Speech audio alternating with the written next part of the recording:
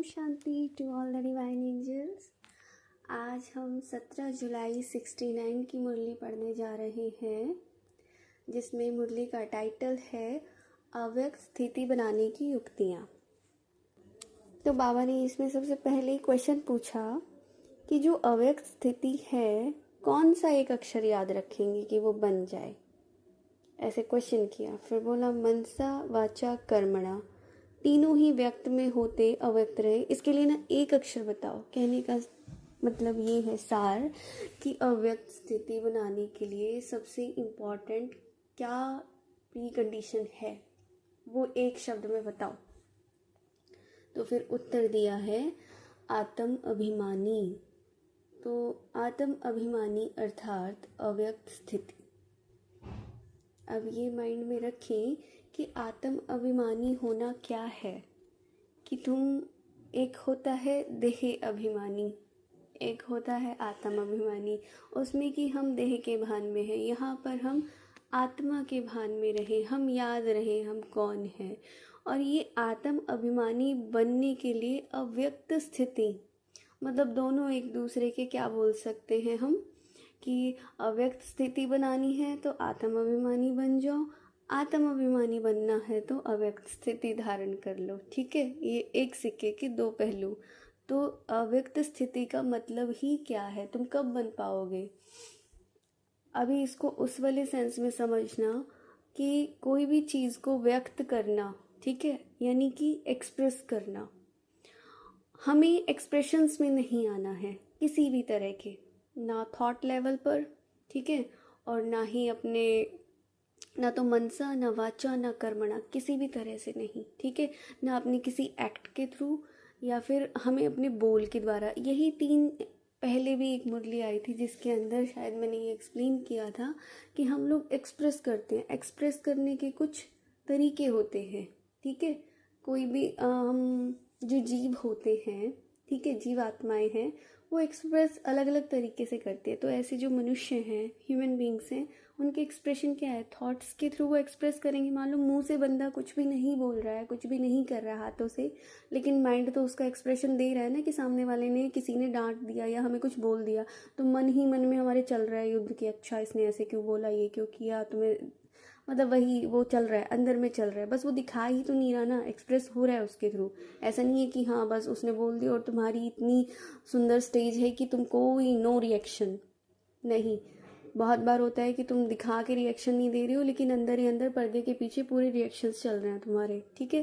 तो कहने का एक सिंपल शब्द में समझा रही हूँ कि एक्सप्रेशंस, नो एक्सप्रेशंस, तुम्हारी जो काम स्टेज है, हैप्पीनेस की स्टेज है, ब्लिस की स्टेज है, तुम अपनी उस स्टेज पर स्थित हो गए, दैट्स इट।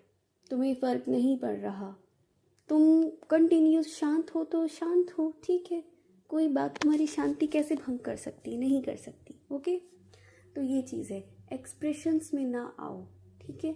अगर जब नहीं आओगे ना, किसी चीज़ पे रिएक्ट नहीं कर रहोगे, अपनी सोल की कॉन्शियसनेस में रहकर, क्या है हम, अल्टीमेट शांत स्वरूप, पवित्र स्वरूप, है ना, आनंद के स्वरूप। तो ये हम आत्मा के मूल गुण हैं, उसी में स्थित हो जाओ। तो बाबा ने कहा कि देखो, जितना जितना अव्यक्त स्थिति में स्थित होंगे, कोई मुख से बोले ना बोले, लेकिन उनके अंदर का बहाव पहले से ही जान लेंगे। ऐसा समय आएगा, कोई मुख से बोले ना बोले, लेकिन उनके अंदर के भाव तुम पहले से जान लेंगे, ऐसा समय आएगा। इसलिए तुम्हें ये प्रैक्टिस कराते हैं कि तुम बार बार बार आवाज़ में ना आओ, और जब इस आवाज़ से फुल स्टॉप लगा लोगे तो जो अंदर की आवाज़ है, एक टाइम आएगा, शुरुआत में तो तुम्हारे अंदर बहुत मनसा में चलेगा, जब तुम मुंह से बंद हो जाओगे उस समय तो तुम्हारा ध्यान खींचना शुरू होगा, अच्छा हम मन में ये सब इतनी हलचलें हैं, पहले मुख से तो शांत हूँ। तो जब उस आवाज़ से परे चले जाओगे ना, तो एक टाइम ऐसा आएगा कि वो जो अंदर की आवाज़ है वो भी धीरे धीरे करके शांत हो जाएगी। तुम तुरंत करके रिएक्शन नहीं दोगे, तुरंत तुम्हारे एक्सप्रेशंस नहीं निकल के आएंगे हर एक्ट के लिए। तो ये बाबा ने बताया था, वो प्रैक्टिस कराते थे। तो ऐसा समय आएगा, और ये कब होगा, जब तुम अव्यक्त रह सकोगे। अव्यक्त भी कौन से, मतलब आत्म अभिमानी। और वो कैसे रहेंगे, विद किसी भी एक्सप्रेशन में व्यक्ति में नहीं आना। व्यक्ति यहाँ पे वो वाला व्यक्ति यूज़ नहीं कर रही हूँ मनुष्य के लिए, व्यक्त से जो बना व्यक्ति, ठीक है। फिर नेक्स्ट पॉइंट है बहुत इम्पॉर्टेंट। बाबा ने कहा, देखो बाबा फिर ये वाली बात बता रहे थे कि अपना कितना कितना खाता जमा किया है ना, उसको चेक करते रहो। और उसी के ऊपर पॉइंट है अब शिव भगवान वाच, अपनी कमाई से खुद भी संतुष्ट नहीं रहेंगे तो औरों को क्या देंगे? बताओ, खुद भी संतुष्ट नहीं होंगे तो औरों को क्या देंगे? ऐसा समय अभी आएगा जो सभी भिखारी रूप में आप लोगों से भीख मांगेंगे। समझ में आ रहा है? अभी तुम्हें नशा चढ़ने वाली बातें होनी चाहिए। अब ये बताओ, तो उन्हों को क्या नहीं देंगे? इतना जमा करना पड़ेगा ना, अपने लिए तो करना ही है, लेकिन साथ साथ ऐसा दृश्य सभी के सामने होगा। जो आज अपने को भरपूर समझते हैं ना, वह भी भिखारी रूप में आप सभी से भीख मांगेंगे। तो भीख कैसे दे सकेंगे? जब जमा होगा ना। दाता के बच्चे तो सब देने वाले ठहरे। तो सोच लो, अब वो समय तुम्हारे सामने आ गया या बिल्कुल आने वाला है। अगर अपनी कमाई से तुम खुद भी संतुष्ट नहीं हो, अपने से खुद तुम सेटिस्फाई नहीं हो, तो औरों को क्या देंगे? ये क्वेश्चन बाबा ने किया।